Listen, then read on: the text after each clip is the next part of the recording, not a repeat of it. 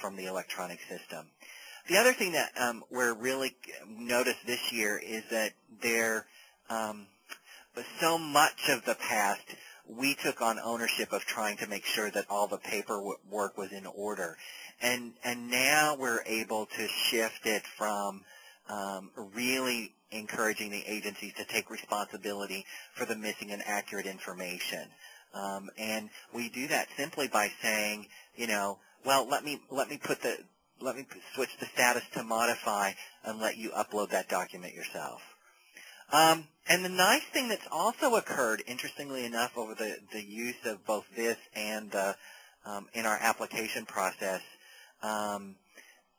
we have been able to upgrade, or agencies have actually upgraded the technology on their own, including buying scanners for some of the agencies have went ahead and done that. So anyhow, that was, go ahead and switch to the next one. Don?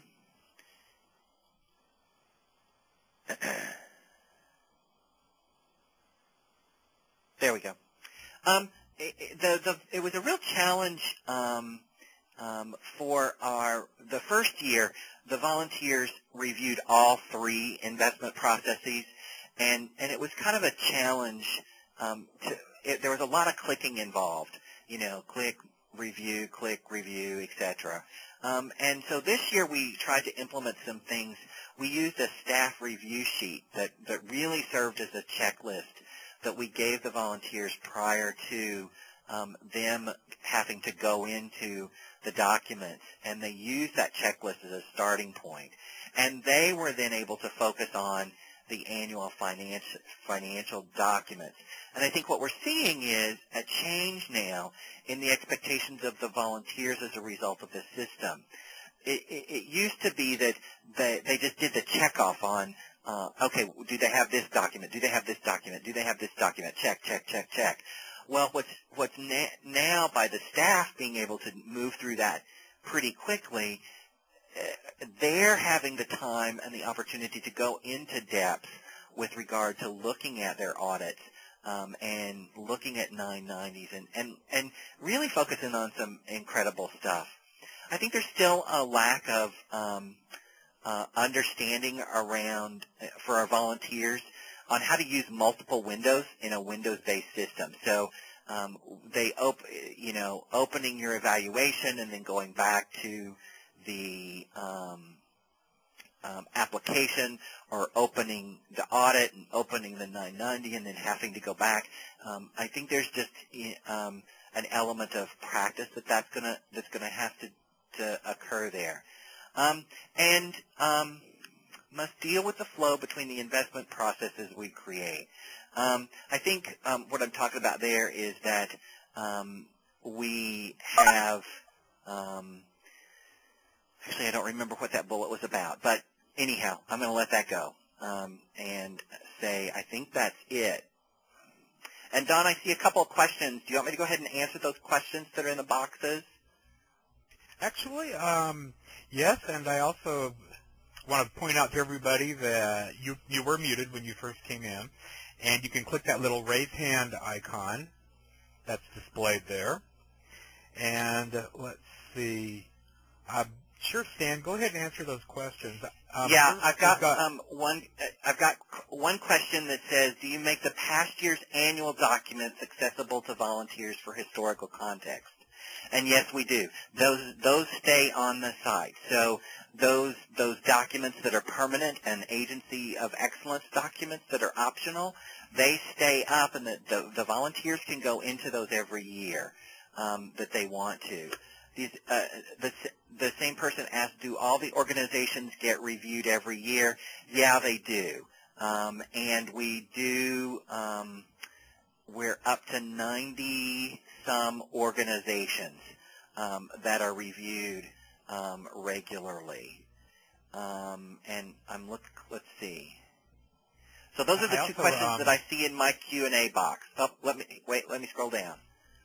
Okay, and I also, you all can raise your hand. You can click that little raise hand icon, and then you can ask your question here live. And I'm not sure who sent you those questions. I have Sarah has raised her hand, and I've got you unmuted, Sarah, if you'd like to Yep, she's whose questions I'm reading.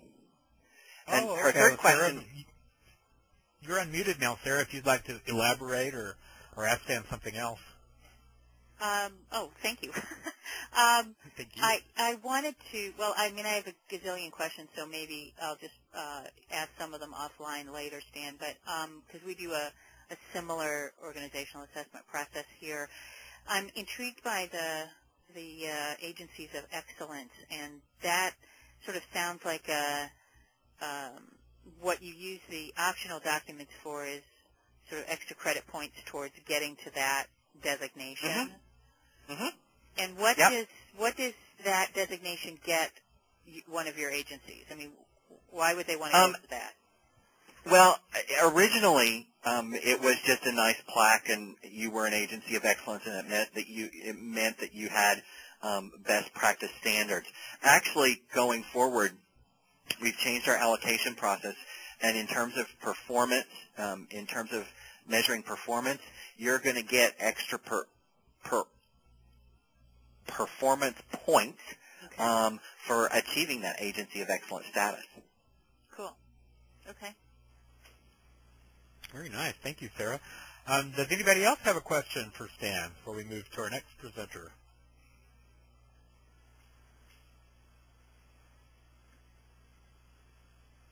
Okay. So then what we're going to do then is move along. We'll also have some time at the end. And so then we'll be able to ask some more questions then. Next, I want to introduce Marilyn Jones. She's the Vice President of Resources Under Management and Manager of the Kids Impact Council with the United Way of Tarrant County in Fort Worth, Texas. And Marilyn has graciously agreed to give us her time today as well. And so, without further ado, I want to pass the baton to Marilyn and let her go along. Hi, Marilyn. Hi, Don, and thank you for inviting me to participate. I want to share with everyone one of the key ways in which EC Impact has helped our United Way become more efficient in our investment process by being able to incorporate the Patriot Act form into our application.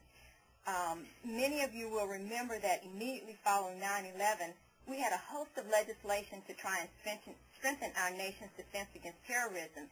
And one of the key pieces of legislation was an executive order 13224 that was passed by President Bush at that time. And one of the things it allowed the government to do was to freeze assets of individuals that were deemed to be associated or thought to be associated with terrorists.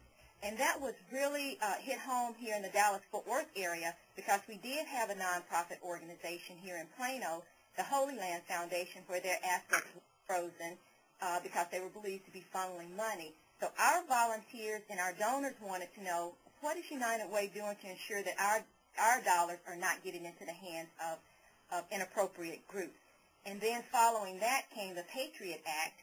And because the Patriot Act focused on international grant making and local grant making, United Way of America, now United Way Worldwide, came up with standards. So we had to try and make sure we were in compliance with standards. And one of the things that we had to do was to do an annual screening of aid. And this was a very complex process. We couldn't decide whether our community development division would be responsible for this or whether our finance department would be responsible for this. So it ended up in our finance department, and they